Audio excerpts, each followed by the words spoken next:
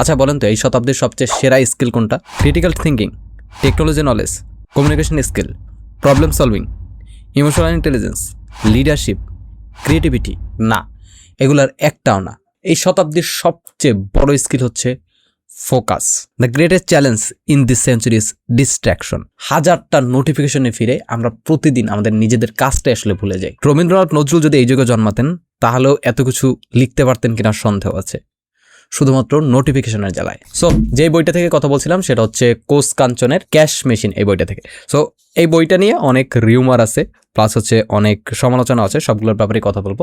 প্রথম কথা হচ্ছে অনেকেই বলেন যে ক্যাশ মেশিন, এইটা দিয়ে উনি হয়তো বুঝাইছেন যে এই বইটা পড়লেই আপনি একটা ক্যাশ মেশিন তৈরি করতে পারবেন, বা এমন কোনো বিজনেস প্রডিউস করতে পারবেন, বা এমন কোনো বিজনেস তৈরি করতে পারবেন যে এখান থেকে আপনার অটোমেটিকলি ক্যাশ প্রডিউস হতে থাকবে। ব্যাপারটা আসলে এইরকম না, একেবারে এরকম না। এই বইটা কখনোই আসলে ওই রকম কোনো সিস্টেম বিল্ডের কথা বলে না যে মেশিনের মতো ক্যাশ প্রডিউস করতে পারবে, বা এইরকম কোনো ইঙ্গিত আসলে দেয় না। ও আচ্ছা, তার আগে একটা কথা বলে নিই যে আমি কোনোভাবে ওনার এই যে কোষ কাঞ্চন, ওনার আমি কখনো কোনো কোর্স করি নাই, আর ওনার কোর্সকে কোনো প্রমোটও করতেছি না। আমি জাস্ট বই পড়ছি, ওনার এই বইটা না, আর অনেকগুলো বই পড়ছি। সো আমার ওনার বই লেখা বা বইয়ের কোয়ালিটি মোটামুটি ভালোই লাগছে, দ্যাটস ওয়াই আমি এই ভিডিওটা করতেছি। অ্যান্ড আমি শুধুমাত্র ওনার বইগুলোকে প্রমোট করছি, কোনোভাবে ওনার কোর্সকে প্রমোট করছি না, এবং ওনার কোনো কোর্সে আমি করিনি। সো এটা একটা জাস্ট স্মল রিমাইন্ডার। যাই হোক, বইটার ব্যাপারে কথা বলি। বইটার লেখার কোয়ালিটি আমার কাছে মোটামুটি না অনেকটা ভালো লাগছে। এখন দেখেন, আপনি যদি এরকম চিন্তা নিয়ে বসেন যে এই বইটা পড়ার পর আপনি এমন একটা বিজনেস, এই বইটা পড়ার সাথে সাথে এমন একটা বিজনেস দাঁড় করে ফেলবেন যেগুলো দিয়ে আপনি হচ্ছে ক্যাশ মেশিনের মতো ক্যাশ প্রডিউস করতে থাকবে, এরকম না কিন্তু ব্যাপারটা। এইটাকে যদি আপনি জাস্ট একটা বিজনেসের বই হিসেবে দেখেন, ইটস টু গুড। বাট আপনি যদি দেখেন যে তাবিজের মতো, এই তাবিজটা গলায় ঝুলাইলি বা এই বইটা আমি ঘরের সেলফে একটু রেখে দিলেই আমার টাকা প্রডিউস হওয়া শুরু করবে, তাহলে এই বইটা আপনার জন্য না। বইটা পরে আপনি কোনো মজাও পাবেন না, বা বইটা থেকে আপনি আসলে কোনো আউটপুটও বের করতে পারবেন না। যাই হোক, বইটার ভিতরে কি আছে সেটার ব্যাপারে কথা বলি। বইটা আসলে দুইটা পার্টে বিভক্ত।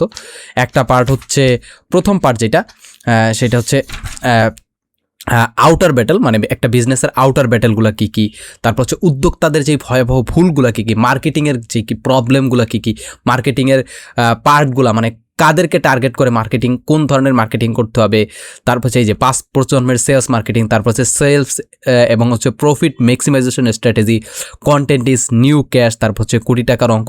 মানে অধ্যায়ের নামগুলো এরকম একটু মানে কি বলে ক্লিক বে টাইপের দেওয়া হয়েছে, বাট ভিতরের কন্টেন্ট ওভারঅল গুড। তারপর হচ্ছে 6 কোটি টাকার বিজনেস সিক্রেট।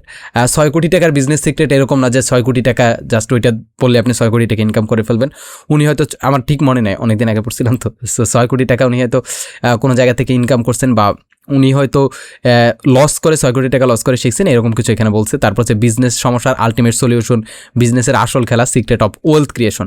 আর ইনার ব্যাটেলের ভিতর বলা হয়েছে দ্য আলটিমেট ক্যাশ মেশিন, তারপর হচ্ছে পৃথিবীর সবচেয়ে দামি সম্পদের সন্ধান, যেটার কথা একটু আগে বলছিলাম প্রথম দিকে। তারপর হচ্ছে মন্দায় মাইন্ডসেট, তারপর নষ্ট calculator, hidden struggle, the biggest expense, the big game of life, এরকম এইগুলাই। সো এইখানে আসলে একজন বিজনেসম্যানের বা একজন উদ্যোক্তার মাইন্ডসেটটা কীরকম থাকা উচিত, সে কীভাবে ঘরে বাহিরে কীভাবে তার প্রেশারগুলোকে হ্যান্ডেল করবে, তার চ্যালেঞ্জগুলোকে হ্যান্ডেল করবে। প্রেশার বলতে বিজনেসের প্রেশারগুলোর কথা বলতেছি। সো এই প্রেশারগুলো বা নতুন নতুন চ্যালেঞ্জ আসলে কীভাবে এগুলোকে হ্যান্ডেল করবে, এইগুলোর ব্যাপারেই ধারণা দেওয়া হয়েছে। আমরা সবগুলো বইতে মোটামুটি এই টাইপের জিনিসপত্রই বলা হয়েছে। সো যেই বইগুলো ক্যাশ মেশিন, তারপর হচ্ছে বিজনেস ব্লু প্রিন্ট, এগুলো এরকম না যে জাস্ট আপনি পড়লেন তারপর করে ফেললেন, বিজনেস দাঁড় করে ফেললেন ধূপধাপ, ব্যাপারটা এরকম না। বাট বিজনেসের বই হিসেবে যদি পড়েন, এটা আমার কাছে ভালোই লাগছে। যাই হোক, 2-1টা জায়গা থেকে আমি মার্ক করে রাখছিলাম। আমি পড়া শুরু করছিলাম অনেক আগে, মাঝখান দিয়ে বাদ দিয়ে আবার নতুন করে পড়া শুরু করছি। যাই হোক, আমি আবার পড়ে শুনে একটা সময় দেখতাম যে ঘটা করে ছোট বাচ্চাদের জন্মদিন অনুষ্ঠান, মার্কেটিংয়ের ব্যাপারে একটা সিম্পল জিনিস বলা হয়েছে যে একটা সময় দেখতাম ঘটা করে ছোট বাচ্চাদের জন্মদিন অনুষ্ঠান আয়োজন করা হতো, এখন সব বয়সীদের জন্মদিন অনুষ্ঠান পালন করা হয়। সেটার কারণটা কি? এটার কারণটা আমরা সবাই দেখতে পাচ্ছি যে এই যে মানে নতুন নতুন যে শপগুলা, কেকের পেস্ট্রি শপ বা কি বলে কী কী টাইপের সব টেস্টি ট্রিটের যে নতুন নতুন শাখা খোলা হইতেছে, এগুলো কি মার্কেটিংয়ের জন্যই তো খোলা হইতেছে, তাই না?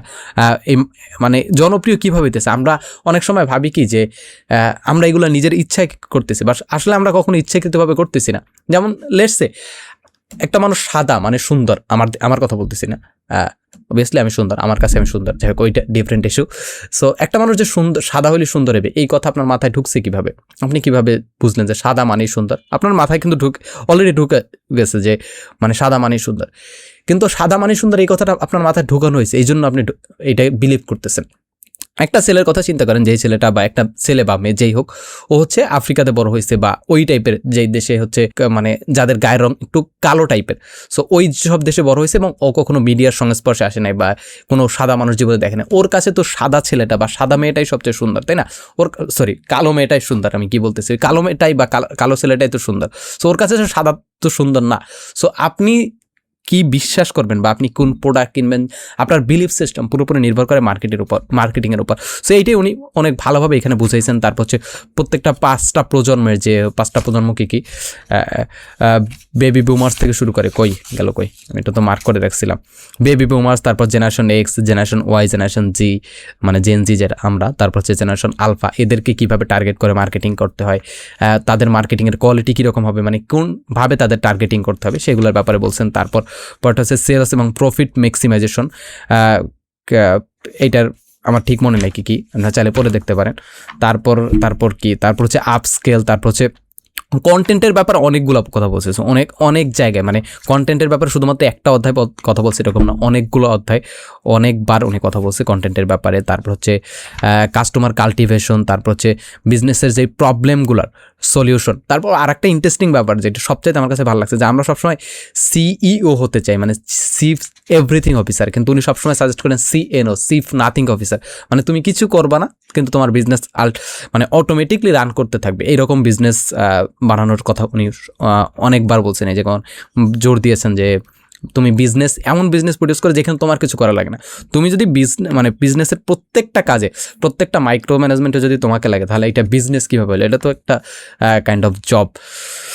তারপর হচ্ছে তোমার কি বলে ইমোশনাল ইন্টেলিজেন্স, যেটা তুমি ইমোশনালি কীভাবে স্ট্রং থাকবে। ইমোশনালি বলতে তোমার লাভ লাইফের কথা বলা হয় না। লেটস সে তুমি একজন এমপ্লয়িকে খুব ভালোভাবে ট্রেন করে বড় করছো, টিম মেম্বারকে বড় করছো বলতে মানে একটা টিম ভালোভাবে বিল্ড করছো, তারপর ওই টিম মেম্বার তোমাকে ছেড়ে চলে গেলো। সো ওই জায়গায় কী করবা বা ওই সব ক্ষেত্রে তুমি কী করবা।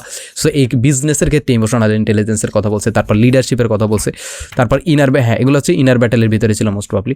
তারপর হচ্ছে বিজনেসের ক্যাশ ফ্লো কীভাবে নিশ্চিত করতে, এই টাইপের কথাবার্তা বলা আছে। সো যদি ওভারঅল আমাকে রেটিং দিতে হয় অ্যাজ এ বিজনেস বই, মানে লেখার কোয়ালিটি খুব ভালো হয়েছে। এখন এখানে একটা জিনিস আমার মানে অনেক এই সন্দেহটা আমার অনেক ক্ষেত্রেই হয়, যে সেলিব্রিটি লেখকদের বই পড়তে গেলে বা সেলিব্রিটি যারা তাদের বই পড়তে গেলে এরকম হয় যে আমার মনে হয় বইটা উনি লেখে নাই, অন্য কেউ লেখছে। সো এই ক্ষেত্রে এটা মনে হয়েছে যে বইটা আসলে অন্য কোনো ঘোস্ট রাইটার দিয়ে লেখানো, আই ডোন্ট নো অ্যাকচুয়ালি। আচ্ছা, এখানে একটা কুপন দিছে, যে 500 টাকার একটা কুপন দিছে, এইটা দিলে হচ্ছে ওনার যে কোনো কোর্সে 500 টাকা আমি ডিসকাউন্ট পাবো। আমি যাই হোক আমি এটা ইউজ করিনি।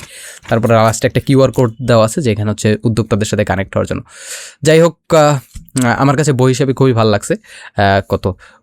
বই হিসাবে, বিজনেস বই হিসাবে, যেহেতু বাংলা বই, বাংলায় বিজনেসের বই খুবই কম আছে। সো 8.5 আউট অফ 10 এরকম দিতে পারি। সো দ্যাটস ইট, এই হচ্ছে আজকের ভিডিও। আই হোপ আপনার উপকারে আসছে ভিডিওটা। দ্যাটস ইট, দেখা হবে তো পরবর্তী কোনো ভিডিও। তো ততক্ষণ তো সুস্থ থাকেন, ভালো থাকেন, অ্যান্ড নতুন বাংলাদেশের সবাইকে একসাথে ভালো থাকার চেষ্টা করেন। আসসালামু আলাইকুম।